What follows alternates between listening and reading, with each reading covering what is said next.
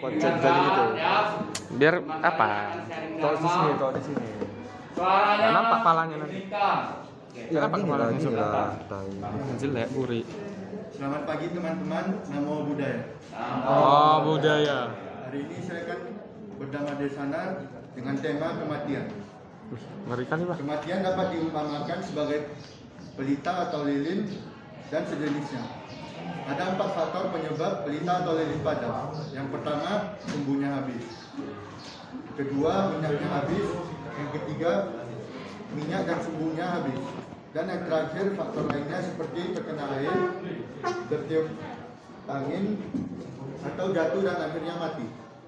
Kematian bagaikan pelita atau lilin, suatu saat akan mati yang dikarenakan yang pertama, usia telah habis, itu bagaikan sumbunya telah habis. Yang kedua, karmanya sudah habis atau bisa diumpamakan minyak pelita sudah habis. Yang ketiga, karena karma dan usia telah habis, itu bagaikan minyak dan sumbu habis.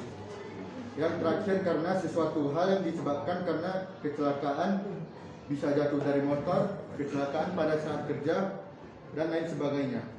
Itu diibaratkan pelita yang diterjang angin atau terguyur air, atau bisa juga karena jatuh dan akhirnya mati. Seperti telah dijelaskan dalam Dhammapada 277, 278, dan 279. Sabe Sangkara Anicati atau Dukati atau Dhamma Anitati. Yada Panaya Pasati atau Nibiganti Duke. Esa Mago Visudia. Semua yang terbentuk tidak kekal atau duka atau bukan aku. Bila dengan bijaksana orang melihat semua itu, maka penderitaan itu tidak akan ada lagi. Inilah ajaran untuk mencapai kesucian. Jadi sesuatu yang dilahirkan itu akan mengalami kematian dan tidak ada jalan keluar dari kematian. Diibaratkan buah yang sudah masak tidak tahu kapan akan jatuh. Seperti halnya kita.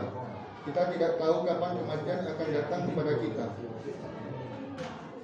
Jadi setelah mengerti dan menyadari semua itu, hendaknya juga mengerti dan menyadari tentang semua yang ada di dunia ini, terutama badan jasmani, seperti juga dijelaskan Mahaparinibbana Sutta, yang intinya Sang Buddha memberikan khotbah tentang beberapa aspek yang paling mendasar dan penting dalam ajaran Sang Buddha, yaitu semua yang terjadi adalah duka atau penderitaan, anicca atau ketidakkekalan, anatta atau tanpa aku.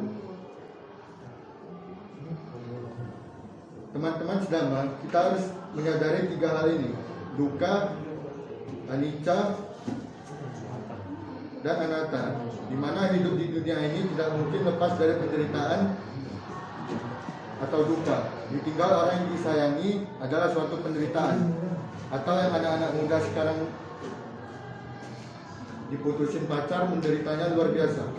Padahal kalau menyadari semua itu, bahwa hidup di dunia ini itu tidak lepas dari penderitaan, maka hidup ini tidak akan menderita. Yang kedua adalah anicca atau ketidak kekal, bahwa tak ada yang abadi di dunia ini, seperti yang telah dijelaskan oleh Sang Buddha Gautama dalam Wijaya Sutta, bahwa tubuh ini atau jasmani ini tidaklah kekal, tetapi seorang dumu karena ketidaksadarannya atau avidya mempunyai anggapan bahwa badan jasmani ini adalah satu rupa atau bentuk-bentuk perwujudan yang baik sekali tanpa disadari jika badan ini mati sebagai bangkai di dalam kuburan, bengkak-bengkak, biru-biru, mungkin dimakan cacing-cacing dan binatang lainnya.